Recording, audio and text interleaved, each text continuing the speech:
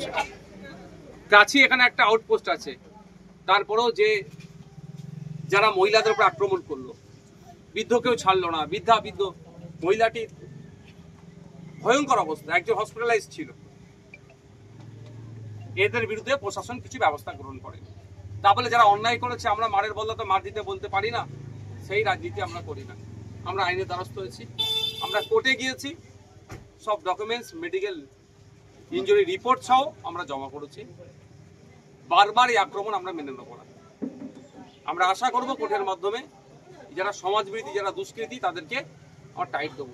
আর তারা যদি মনে করে শওকত মোল্লার হাত মাথায় আছে, এটুকু বলে রাখি, শওকত মোল্লা আগামী দিনে কোথায় লুকাবে সেই জায়গায় সে এখন থেকে খুঁজছে।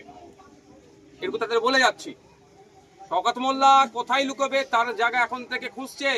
কোন দল সে করবে আগামী দিনে 2026-এর পরে সে এখন থেকে ঠিক করছে, কারণ তার দল বদলানো অভ্যাস আছে। 2011 সালের পালা বদলের পরে সেও তার গায়ের জার্সি বদলে দিয়েছিল।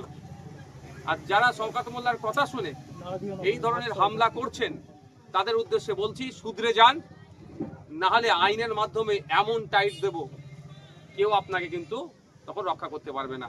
এটুকু মাথায় রাখবেন, এটুকু মাথায় রাখবেন। যারা হামলা করেছে তাদের থেকে বড় নেতা কিন্তু আরাবুল ইসলাম ছিল। আমাদেরই পেনের খোঁচাতে সর্বপ্রথম অ্যারেস্ট হয়েছিল, সেটাই মাথায় রাখবেন কিন্তু আপনারা। ভাইজান, আইন কি শুধু বিরোধীদের জন্য? আইএসএফ করলে জেল কাটতে হচ্ছে, মার খেতে হচ্ছে, কোন থেকে? এটা আইনের শাসন চলছে না, শাসকের আইন চলছে বলে এটা হচ্ছে। এটার থেকে তো পরিত্রাণ পেতে চাইছি। আজকে এখানে সংখ্যালঘু পরিবারকে এসে মেরে ফাটিয়ে দিয়ে চলে যাচ্ছে, মহিলা পুরুষ নির্বিশেষে আক্রান্ত হচ্ছে। উত্তরপ্রদেশে এই ঘটনাটা ঘটলে, যদি উত্তরপ্রদেশে এটা বিজেপি করতো, আজকে পশ্চিমবাংলার বুদ্ধিজীবীরা অনেক কিছু বলতো সংখ্যালঘু মুসলমানদের উপর আক্রমণ হচ্ছে। উত্তরপ্রদেশে সংখ্যালঘু মুসলমানদের উপর আক্রমণ হয়, আক্রমণকারী দলটা হচ্ছে বিজেপি, তাদের ধর্মীয় পরিচয়টা মুসলমান নয় তারা। আর পশ্চিমবাংলায় সংখ্যালঘু মুসলমানদের উপর আক্রমণ হয়, আক্রমণকারী দলটার নাম হচ্ছে তৃণমূল, আর যারা আক্রমণ করছে তাদের ধর্মীয় পরিচয়টা হচ্ছে মুসলমান। তাহলে উত্তরপ্রদেশ আর পশ্চিমবাংলার মধ্যে পার্থক্য আমরা কিছুই দেখতে পাচ্ছি না, আরো ভয়ঙ্কর অবস্থা। এখানে মুসলমানকে দিয়ে মুসলমানকে আক্রান্ত করছে। আমাদের ভাঙড়ি রেজ্জাক খাঁ, তার রাজনৈতিক পরিচয় আলাদা হতে পারে, তাকে খুন করলো কে? শওকত ঘনিষ্ঠরা। খুন হলো কে? শওকত ঘনিষ্ঠ। তাহলে উত্তরপ্রদেশের থেকেও আমরা ভোট দিলাম 2021 সালে অনেকে, যে তৃণমূলকে ভোট দিয়ে ক্ষমতায় আনো, কারণ উত্তরপ্রদেশের মতো অবস্থা না পশ্চিমবঙ্গের হয়ে যায়। আর আমরা কি দেখছি, এই এখানে অদরি আমাদের মহকুমা বারাইপুরে মুসলিম টোটোওয়ালা সংখ্যালঘু টোটোওয়ালাকে প্রাণে মারার চেষ্টা করেছিল, মূল হোতাকে এখনো গ্রেফতার করতে পারেনি। আর সাথে সাথে কোথায়?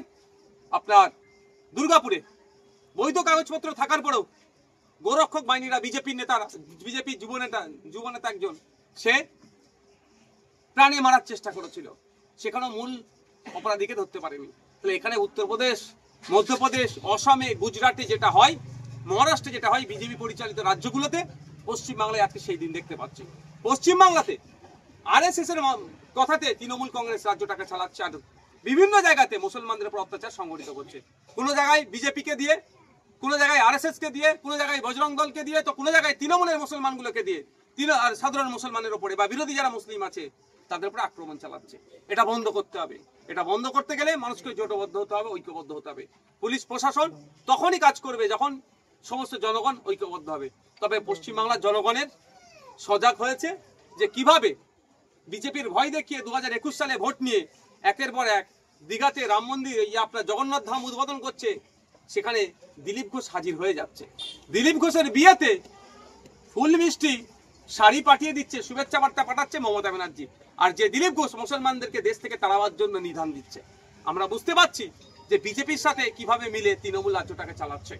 তো বকলমে এটা আরএসএস আর বিজেপি যেন রাজ্যটাকে চালাচ্ছে, এটা আমাদের বুঝতে অসুবিধা হচ্ছে না। তাই বাংলার জনগণ, ধর্মনিরপেক্ষ মানুষ আর মুসলিম সম্প্রদায়ের মানুষেরা বুঝতে পারছে যে এই রাজ্যটাকে কোন রসতলের দিকে নিয়ে যাচ্ছে। শিক্ষা প্রতিষ্ঠান বন্ধ হয়ে যাচ্ছে, শিক্ষা প্রতিষ্ঠানের টিচার নাই, পরিকাঠামো ধ্বংস হয়ে যাচ্ছে, হসপিটালে ঔষধ নাই, রাস্তাঘাটের অবস্থা শোচনীয়। আমাদের এই 6 লেন থেকে আপনার গুজরাট পর্যন্ত রাস্তা দুরবস্থা।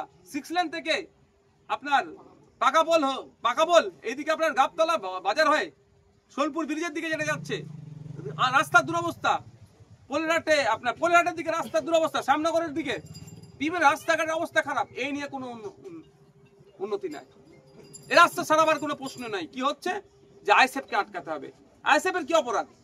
বিজেপিকে আটকাবার কথা বলছি আমরা, ধর্মনিরপেক্ষ শক্তির উত্থানের কথা বলছি আমরা, ওই জন্য আমাদেরকে আটকাচ্ছে। আর বিজেপি একের পর এক অনৈতিক কাজ করে বেড়াচ্ছে। ওদের নেতা পুলিশকে জুতো দেখাচ্ছে, তার বিরুদ্ধে কোনো অ্যাকশন নিচ্ছে না। আর আমাদের কর্মীর বাড়িতে ঢুকে মেরে যাচ্ছে, পুলিশ সেখানে যারা মারছে তাদের বিরুদ্ধে ব্যবস্থা গ্রহণ করছে না। দেখে বোঝা যাচ্ছে তৃণমূলের ক্ষেত্রে ইনঅ্যাক্টিভ, বিজেপির ক্ষেত্রে ইনঅ্যাক্টিভ, আর আইএসএফ এর বা বিরোধীদের ক্ষেত্রে, অন্যান্য বিরোধীদের ক্ষেত্রে একদম ওভার অ্যাকশন নিচ্ছে। এগুলো আমরা বন্ধ করব। সময়ের সাথে আপনাদের এখানে কথা দিয়ে যাচ্ছি, যারা অন্যায় করছে অন্যায়কারীরা ছাড় পাবে না। পুলিশ তো একেবারে যে বাইক ছিনতাইয়ের অভিযোগ উঠছে, আইএসএফ নেতা কর্মীর বাইক ছিনতাই করেছে এবং পাইপ চুরির অভিযোগ সে ভাঙড় বিধানসভাতে শওকত মোল্লা আসার পরে এইসব চুরির একবারে ভাঙড়ের নাম বদনাম হচ্ছে। দেখুন, একটা কথা বলি, যারা তৃণমূল কংগ্রেসের নাম লিখেছে, কিছু মানুষ ভালো আছে আর অধিকাংশ মানুষ কিছু না কিছু অন্যায়ের সাথে যুক্ত। তৃণমূল ঘনিষ্ঠ শওকতের ডান হাত রাকেশ রায় চৌধুরী শুনলাম মন্দিরের জায়গা দখল করে ওর বাড়ি করেছে। 1 নম্বর খতিয়ানের জায়গা কেড়ে নিচ্ছে, সরকারি জায়গা। এগুলো বন্ধ করতে হবে।